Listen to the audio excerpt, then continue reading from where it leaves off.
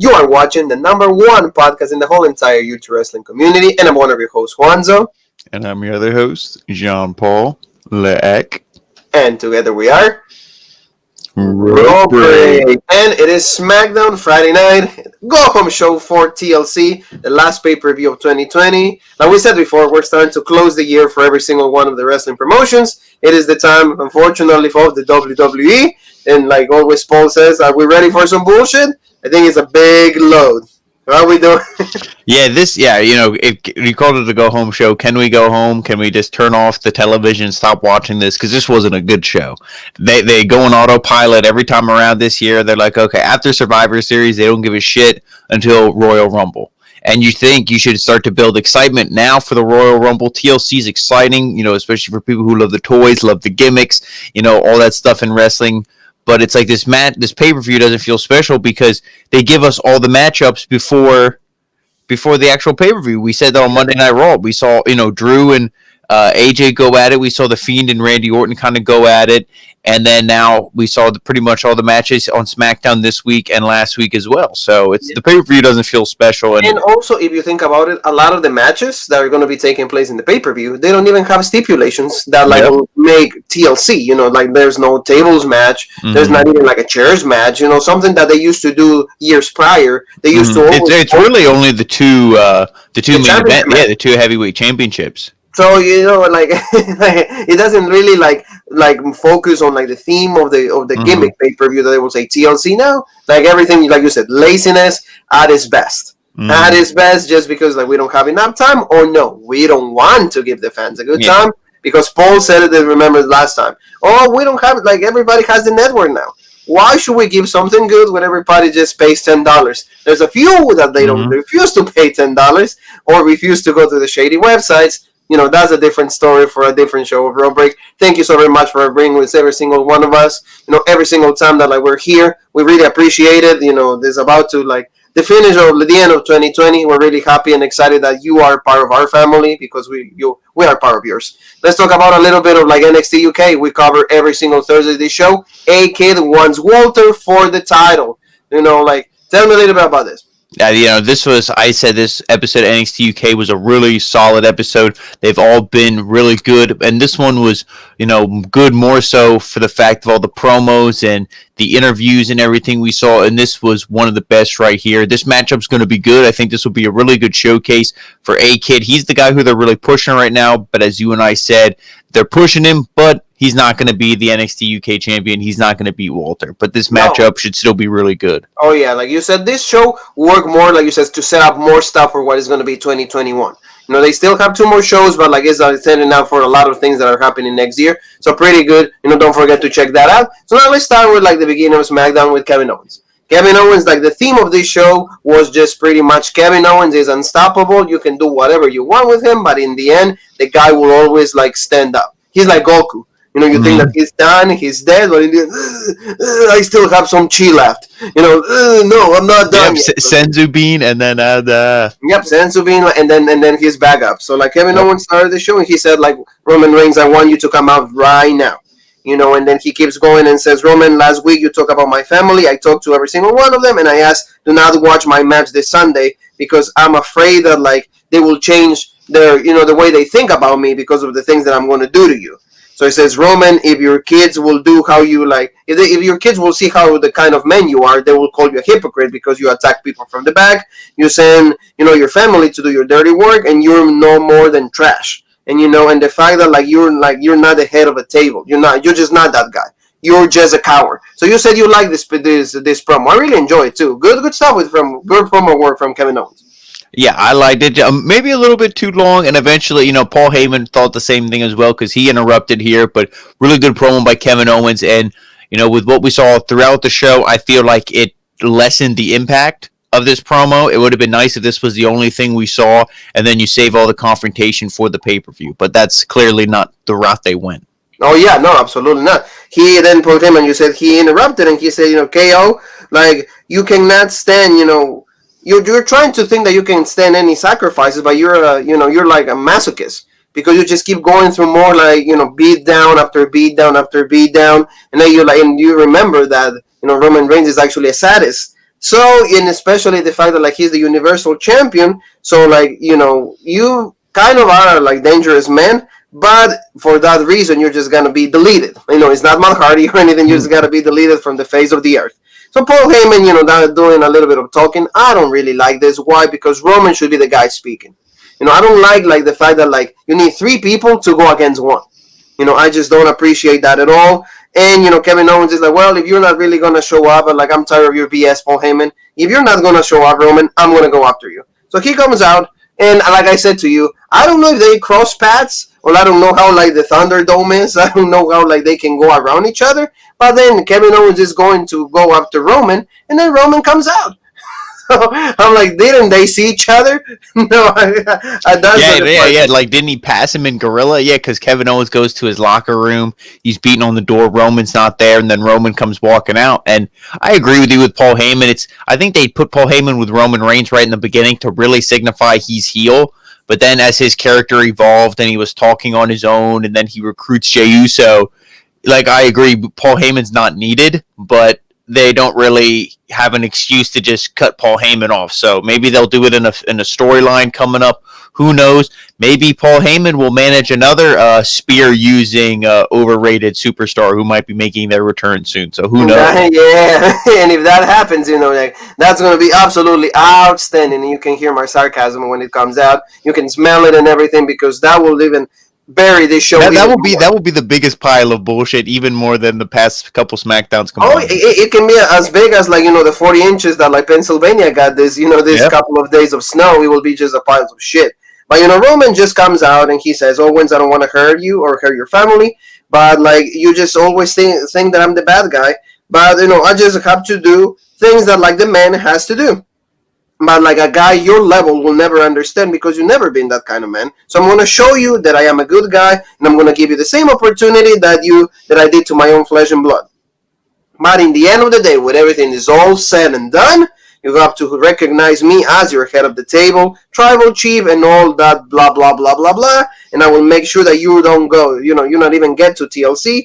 So I want you to come out and you apologize now. Roman talking, see, that's a little better. At least he's the heel, and also like he's okay in promo now. It took like 4 years for him to cut a decent promo, so okay. So he comes out, Kevin Owens, and then we go with the bullshit of the show. For me, I just don't like this, because I want your thoughts on this. Shouldn't be the baby face shouldn't get hit a little bit of like action, a little bit of upper hand, a little bit of advantage or here, or like attack? Nothing, because the Jey Uso starts like going after Owens, and then Roman and Jay, they start like to attack him. So of course it's 2-on-1. So he never even got a chance. Yeah, with this, if I'm good, I'll tell you how I would have booked this thing. Is you would have done it exactly how you did up to this point. Roman kind of avoids him. Just, it's a game of cat and mouse. Pisses off Owens. You have Owens in the back. He's maybe going to come out at Gorilla. You have Adam Pearce and a bunch of other guys hold back Owens. Not even he comes down to the ring. You cut to the back and you see him holding them, and they're like, save it for the pay-per-view. Save it for the pay-per-view. And that's it. We don't see any more of it. Maybe you do something in the main event, a confrontation, but, you don't do it throughout the whole show.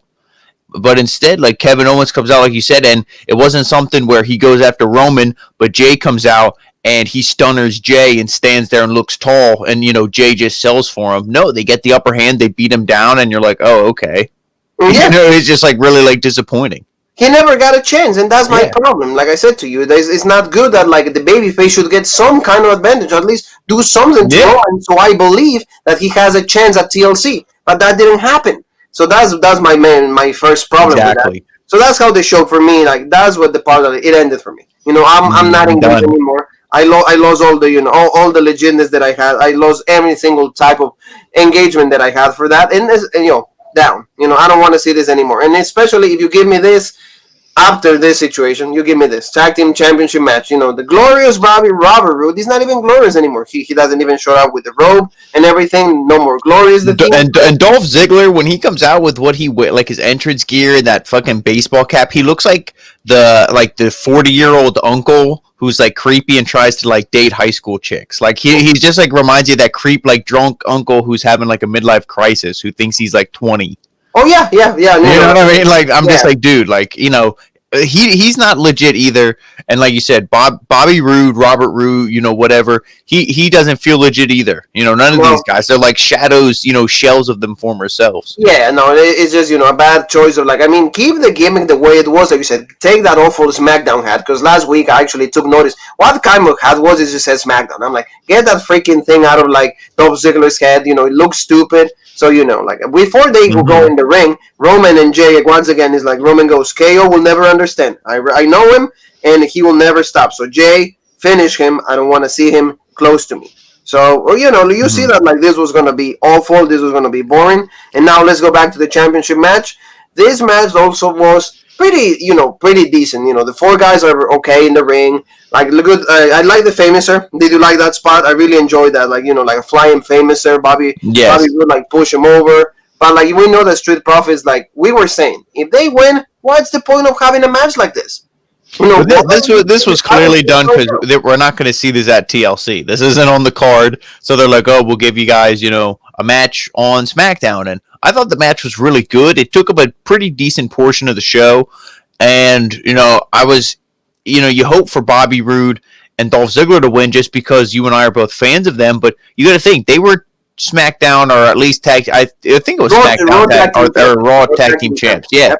But as much as we personally like these guys in a singles run, they're not a legit tag team. They're not, they're not being portrayed in a legit manner. So the fact that they lost, I don't care. And that's the problem. I don't care about either of these two teams. The Street Profits were really good, but then they got overexposed. They cranked their gimmick, that volume up to 11 and broke the dial.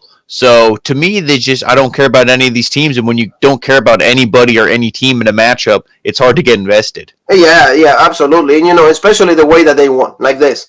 Because even Montez Ford did, of course, the splash. But Dolph Ziggler, smartly. That was a smart. And I thought they were going to win. Because he actually had their, knees up. Yeah, so they kind of sold it weird. He barely got the knees up, and Michael Cole was like, "Oh, he got the knees up," and the Corey Graves was like, "No, it's just because his midsection is so hurt," and they were going back and forth. So that kind of messed up the whole spot, like you're talking about. But I agree. I think he did try to get the knees up in the last moment, and I thought they were going to do the switch here. I thought this would have been the perfect time because, like you said, then Bobby Roode comes in, breaks up the pin. And then, he rolls him up, and then he immediately, does a reverse roll up like you see here, and he rolls up Bobby Roode, and Bobby Roode looks like an idiot. He's holding the tights. You can see he's holding the tight right there. So, it should have been stopped, and it went. So, the Street Profits retained the titles. But, after that, Charles Robinson was arguing with Ziggler and Bobby Roode. So, oh, no, it was they cheated. It's not legal. You have to, restart the match. So, they went at it. So, probably, what does that mean? Okay, we're going to have another match, and then's when you're going to do the title switch. Do we want to see it? No, because it should have been this time. Around. So that was the problem. So now let's talk about the next segment, and that is Carmella. Carmella going she's going to have a champagne toast to Sasha Banks. This was going to be announced for later in the show. I think at least this is good. The rivalry, Carmella's looking strong. I really like where this is going. So we're going to talk about this in a little more. In just a few more minutes, but after that, you see Kevin Owens still kind of recuperating, trying to get more steam. You see Adam Pearce is like, "Are you okay? Are you okay? Are you gonna continue?" And then you see Jey Uso attacking him one more time. I just don't understand. It's just so bad. It's so overexposed. It should be. You either have Kevin Owens look strong and end it, and just hold our anticipation for the pay-per-view, or you have them kill Kevin Owens in the first segment, and then we don't. This match is in jeopardy. Is Kevin Owens going to make it to the pay-per-view? Then you can have this be the main event, and Roman comes out, and he's like, "Yeah, I knew Owens was a bitch. I'm going to be the head of his table. I'm going to have to take care of his family, take care of his wife, and raise his children legit." And then Owens comes out limping with the chair, and then we're all behind him, and you start the match. But they didn't do either of those angles. They decided to just drag this fight out throughout the whole show, and it just wasn't good. Oh yeah, no, like you said, is this a stupid decision making? Is that why you have the whole segment throughout the whole show? Why you have this freaking rivalry throughout the whole show? I hate when they repeat the same guys throughout the show. It should be one segment and that's it. I don't want to see it anymore. But no, they have to, like you said, tell me the whole freaking story right after, every single like segment. I don't like that. Yep. Let's go to this. Bianca Belair cutting like a nice promo. She pretty much says that like Bayley has her name every single time that she speaks. She's like, Bayley is a good measuring stick for me. So like this time I'm gonna beat her, so it's gonna be good for my career because of course if you beat somebody like Bayley that was like the longest SmackDown champion, then you possibly could have a championship match in the future. So that's how it should be, right? Remember what we talked in NXT. Well, what happened when Natalya beat her Bayley a couple of weeks ago? What did Natalya get from that? Oh yeah, nothing. Well, there we go. No, but at least in like you say, in the world of kayfabe, it should kind of like how it should be, right? But no, it never happened. It should be. Bayley was the longest SmackDown reigning women's champion. She's the only Grand Slam champion, I believe. Asuka's a Grand Slam champion as well. But. Yeah, but like at least the first one was Bayley. Mm-hmm. So now let's talk about Riot Squad. Riot Squad, they're gonna have a match against Billie Kay and a mystery partner, and the mystery partner turned out to be Tamina. Do we care about this? No. It sounds really bad that, like, unfortunately, Ruby Riott, that has a lot of talent, she's a great wrestler, she could be having, like, really great singles feuds. She's partnered up with, like, Liv. Liv was actually breaking up a little bit. Remember, there was, like, the mid of 2020, like, we were thinking, hey, maybe she could have a championship opportunity. No, they put them together because absolutely they don't have plans for them. And they have this match with Billie Kay and Tamina. Actually, they look bad. And then they got the win. Riot Squad got the win. Do we really care about this? They do this like for the second week in a row. No, we don't care about this unless like they should be going against Nia Jax and Shayna Baszler for the titles because at least they are legit tag team, and you always say that. It's important when they at least are a tag team. These two girls are that. At least feature them going after a title and not just doing winning matches that are meaningless in the show. Yeah, and the matchup we're getting at the pay-per-view for the tag titles is such a stupid matchup. I would have rather seen this, and I don't care that it's inter-brand or brand versus brand, whatever you want to call it, because the titles are floating titles. So like that's a crossover that's justified, when we see it. But this match wasn't good. I mean, I blame that on Tamina and Billie Kay. I thought just like it all looked awkward. Like nobody, like when they're going to hit moves on each other, like nothing flowed really well. But obviously the right team won. But, Billie Kay's a joke. Tamina, they bring her out. It's like they bring her out of the closet to like, oh, can you do something for us?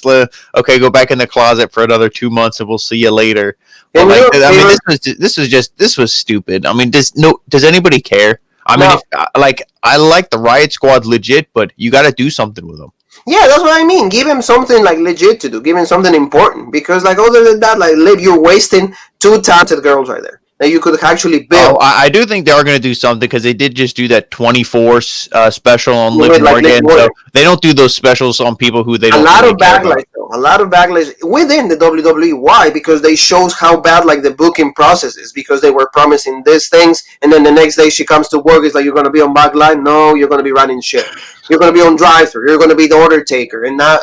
So like every time. Wait. The order taker or the Undertaker. So that's how like they do. But like let's go to like the champagne toast with Sasha Banks. This segment was good though. The Carmella had like a really really good promo. Like she lives the gimmick, and I like that. So this gimmick fits her pretty well.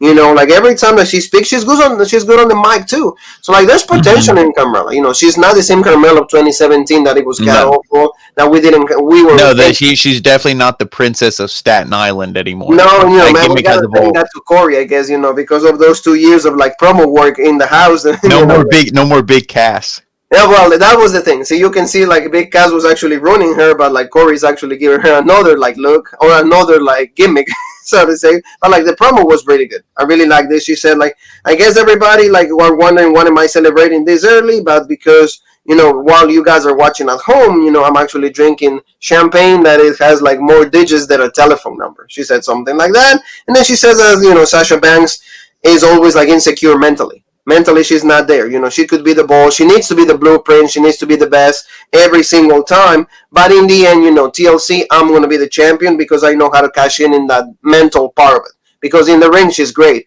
But mentally, she can break. And we know about the story or the history with Sasha Banks not being able to have successful title defenses, But in the end, before this, Sasha Banks comes up. And then Sasha Banks starts attacking Carmella. This was really good because even she was taking a sip of the champagne and she said that's really cheap. and and bland or something like Sasha Banks. So she comes out and then she starts attacking also the assistant right there. So this was good. And then Sasha Banks was getting a little bit of action, but then Carmella did the same thing. We got deja vu, Paul. We got she broke like I think the glass on Sasha Banks' back, and that was it. What do you think about this segment? Yeah, I really like, Carmella, to echo what you said. Her promo work is fantastic. She lives the gimmick, and that's what makes it so believable. And to go back to the best show in wrestling, NXT UK, I said that show is so good because they're not playing a character. They're not acting. They're playing themselves, but cranked up to 11. How can I be myself but exaggerated as a wrestling personality? And that's what Carmella's doing. She's living that gimmick. She's like, no, I'm pretty much like MJF. I'm better than you when I know it, kind of deal. That's what she's doing. Yeah. And it's really good. And the feud with Sasha Banks is, they kind of remind me of two sides of the same coin. They both have very similar attitudes, very similar. I'm the boss, the blueprint, the standard. Carmella is I'm better than you, and you know it. Like I said, the MJF thing. So this was really good. I like the beatdown. I like how the heel has looked dominant the past 2 weeks going into the pay-per-view. So then when Sasha Banks hopefully retains, then that will be that'll look good for Sasha Banks. Oh yeah, as the champion. It will be good, I like this deja vu. See, that picture is pretty good. It talks for itself. Carmella is having a good return. I think it's a good comeback. Yeah. They're giving her an opportunity. And Sasha, they need somebody like that to kind of make her look even better. Because outside of Bayley, who are you going to put against Sasha? Mm-hmm. If it's not BIANCA. I'm going to be honest, if you want to really book this feud a while, take it to the Royal Rumble. That's not a very long feud for Sasha, title reign for Sasha, but you could take the title off Sasha, give it to Carmella if you think her work is really good in this heel, really get her over as a heel, and then that could be a perfect match for Bianca, because that was a good baby face in Bianca Belair, and then a legit heel in Carmella. Absolutely, and maybe you can give Sasha a little bit of time. Yeah, because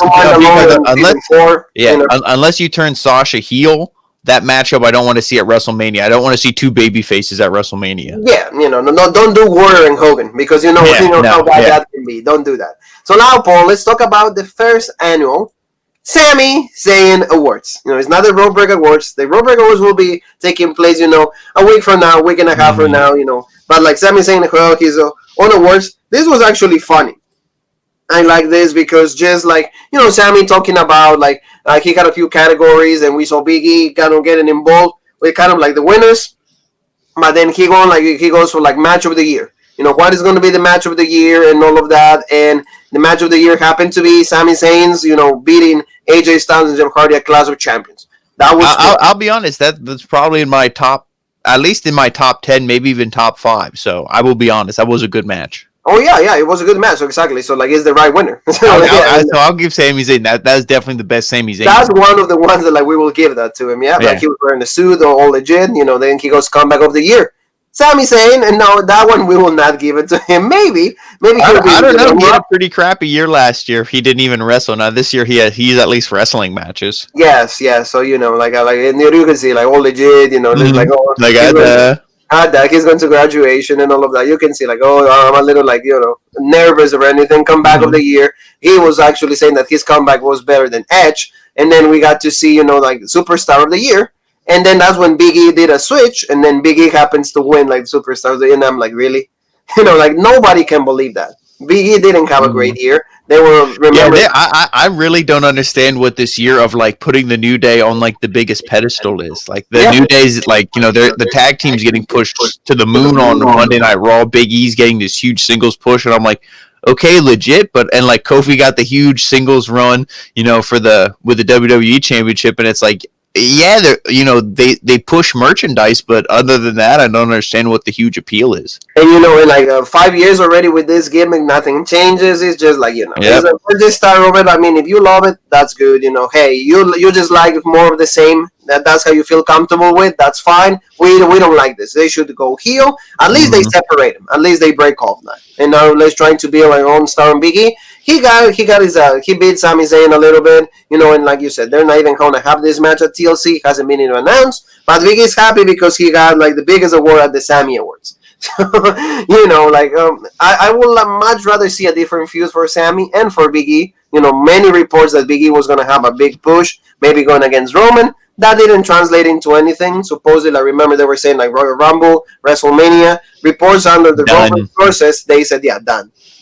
His name has not been part of the conversation. I mean, honestly, I don't know if they have the capacity to write a feud that long, but this could be a WrestleMania feud and make the Intercontinental Championship feel legit. Maybe have Big E challenge and like he loses or he some kind of bullshit way, and then Sami Zayn just avoids him and maybe defends it against other people, and then they meet up at WrestleMania or something. Yeah, that could be good because, for example, like Matt Riddle and Bobby Lashley is going to take place at the Royal Rumble. See, they're actually pushing it a little bit, and that's how you like you said, that's how you should do it. Give them weeks of build. Let me wait for the match. Make me want to wait. Don't just give it to me, in 2 weeks. Oh yeah, done. No, I don't like that. So even like I don't know if you like this, but let's go to like our boy. You said from Japan, main event. He was the main match in Wrestle Kingdom for many years. His name is synonymous with the IWGP Intercontinental Championship, and then jobbing to Otis. Yeah, and our Otis that like I don't know if you noticed, but like in different gear now. Yeah, and they covered the belly, so it looks like very similar to Keith Lee. Why? With both of them are going on Tuesdays to the Performance Center and Tuesdays and Thursdays to learn how to be wrestlers. Like you said, maybe they're learning how to work according to their size. Let's not criticize that actually address the situation because there's always a why. Until you don't understand the why, you can criticize all you want. But this match was like pretty bad just before the fact that like they job out Shinsuke Nakamura, and it hurts me, and I know it hurts you too. Yeah, I don't really care about this. Nakamura is a guy who you could be doing something with the Intercontinental Championship here. You could have played the story where he's like, oh yeah, Sammy, how about all those times I helped you? How about you give me a title shot now? And then you play off a feud with that, or you could just do something legit and have him be in a singles match, or have him and Cesaro, be going after the tag team. I know that's we've seen that song and dance 100 times, but they're a team, aren't they? At least do something with them in the team. They lose here, and we see Chad Gable. Otis goes to do the caterpillar, and he's like, "No, don't do that fucking bullshit. Do a suplex, like do a legit move." And he's like, "Oh, okay," and he does a suplex. So I don't know if there's going to be a little bit of dissension, or if that was kind of a thing like, Otis, I'm going to have you stop being a comedy act, and you're going to actually be serious here. Yeah, like you said, it's really weird how like he stopped them from that, but then backstage he's like, when I told you to not do it, you should have done it. He goes, what? And he's like, yeah, because I was testing you one more time. And he's like, so you can see Otis's face. Yeah. Like, oh, I don't get it. He's like, well, you should get it. Like Otis is like, I miss when it was me and Tucky. Well, yeah, it's very. He's like when times were simpler. Yeah, well, yeah, like you can see that Otis is that type of guy that you're describing. He needs, simple things, not like what we've seen with this poor guy. I feel so bad for Otis. He deserves so much better. Like you said, if they build him so much, why they make him like fall down to like this? Chad Gable is a great wrestler, but just have him wrestle. You don't need anything of that. So now let's go to, like you said, the best part of the show. You love this. I love this. Two great athletes in the ring. How can you not? FS1, though, for the ones that don't have FS1, sorry for you. You didn't miss such, nothing. But everybody has watchwrestling.com. Yes, exactly. Yes, that's absolutely right. You don't need to like go to any of those resources. But they went at it. Pretty good stuff. Before that, we got a promo from Bayley, and she said what? She said she's going to put Bianca Belair on the map. So that's what she's going to do. And they gave us a pretty good match. So let's hear it from you, Paul. Yeah, I really enjoyed this. This is one of those where if you book this feud legit and really told the story, it could be a match on a pay-per-view for without a title. It could just it could be that good because Bayley has proven that she has really owned her heel gimmick. I love the shirt, the ding dong, hello, like the Bayley shirt. I love that catchphrase. I just love Bayley. I think she's really good, especially as a heel. And Bianca is a really good babyface. Like I said, I wouldn't be surprised if she wins the Royal Rumble. And this is going to be a really big feud and a really good first feud for her on the main roster. Because that thing with Zelina Vega and when she poisoned Montez Ford, to me that doesn't count. That was bullshit. Here on SmackDown is like her real debut. So this was good, and I like this match especially because Bayley won. You saw some heel tactics there, but she won. She hit the Is rope. that what you see, Paul? Because I'm seeing something else, but that's okay. Well, yeah. I mean, wait till we're done recording before you start looking at that stuff. Yeah. We know she won with the Rose Plant, which I really liked. She actually hit her finisher. 1, 2, 3, and this was good because when a heel wins, I say always, the feud can continue. But when the babyface wins, usually it's like they're going to move on to something else. So this is good. We're going to see this matchup hopefully continue. Do something like maybe you want to do a number one contenders thing. Maybe I don't know, or maybe you just kind of have it drag out till the Royal Rumble, and then she can beat Bayley, win the Royal Rumble, and then boom, move on to Sasha, Carmella, or whoever is the champion. I agree with you. I mean, I had nothing else to say, but I like how at least the Rose Plan to me is such a more powerful finisher than even the Bayley to Bayley and the elbow. That's all I wanted to say. I love when she uses that and she wins. I mean, elbow legit for Randy, but yeah, I agree. But at least it's that, and you even said that she created that finisher, so that's good. I like that. I like the fact that it's hers rather than I got to do the elbow for Randy. I got to be a CM Punk wannabe. I can hit the elbow. No, you can't. Whatever. So now let's go to the last, not even a segment, but it was just the beginning ending of the show. Kevin Owens comes out, Roman comes out, and they keep doing the same thing that they've been doing throughout the whole show. Can we say they legit buried him? Yeah, they legit did. Guys, you don't believe us? Yeah. Figuratively and literally, they buried him. There you go. They beat the crap out of Kevin Owens with you can see chairs, tables, ladders, all of that. They beat the crap out of this guy. There you go. Boom. Completely buried, like you said. They beat him up so bad. And the fact that they do this and the baby face didn't even get the upper hand a single bit, that bothers me really, really much because like you said, should have been at least one stunner on Jay. Not even on Roman. Roman is Carmella. You know why? Because he's untouchable.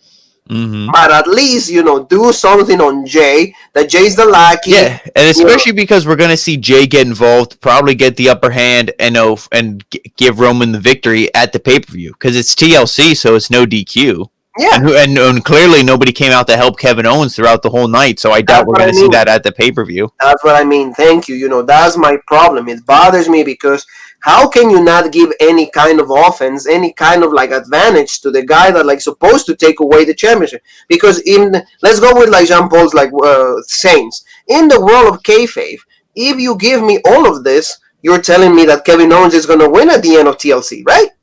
Because you buried this guy throughout the whole show, throughout the whole these past 3 weeks. How am I supposed to believe that he is not going to win? And if he doesn't win, why do you have even the match? And if he doesn't win, he looks like a bigger loser because it's like he didn't even come over adversity. He just lost. But this is the one thing I'm going to say. If you want to, this is how I would book it. Okay, they did all this stuff, whatever. You can still save this. You have Kevin Owens win on Sunday.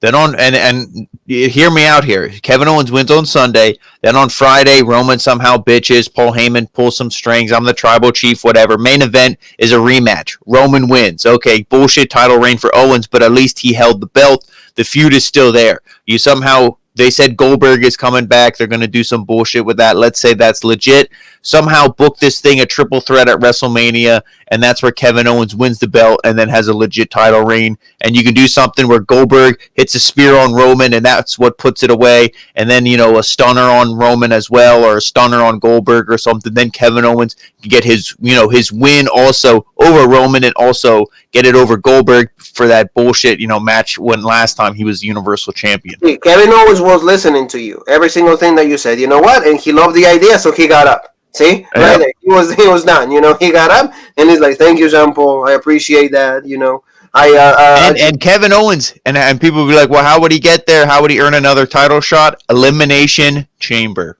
There you go. So you know how to book. That's why you're the best booker. So he come out.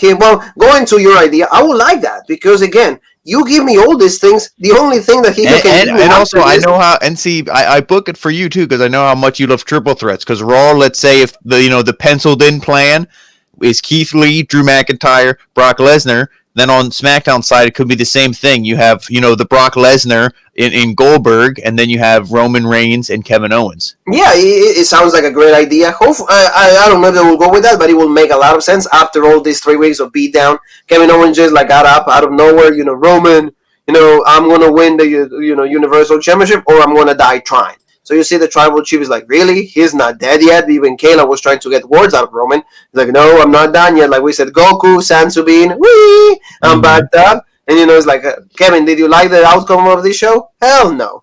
I'm like, done. They have me done for 3 weeks.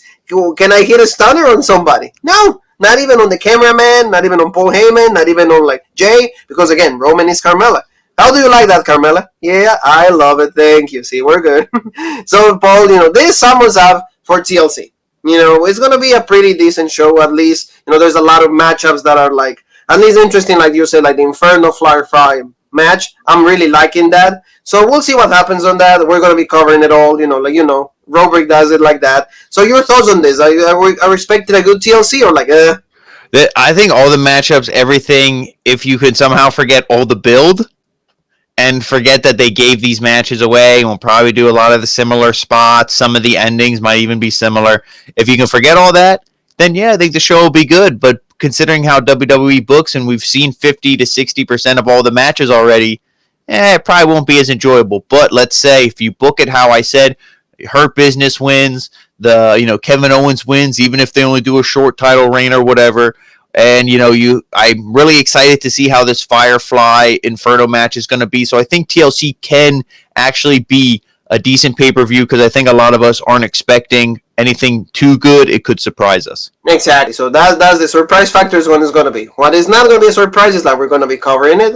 We're going to be talking about it. So family, thank you so very much for being with us. We appreciate it. Don't forget, please, please, please, the only gift that you can give us for the Christmas, it can be you subscribe, you hit that bell for all notifications, and where else can they find us in the social media world? Well, you can find us on Rope Break on Facebook, the OG Rope Break on Twitter, Original Rope Break on Instagram, and of course, right here on YouTube, the #1 podcast, YouTube wrestling community, the Original Rope Break. Next time you guys see each other, we'll see TLC, talking about Kevin Owens as the Universal Champion. At least we're going to be surprised. Let's pray, like you said, let's pray. So, Jean-Paul, you and me have one more thing that is left to say. That is...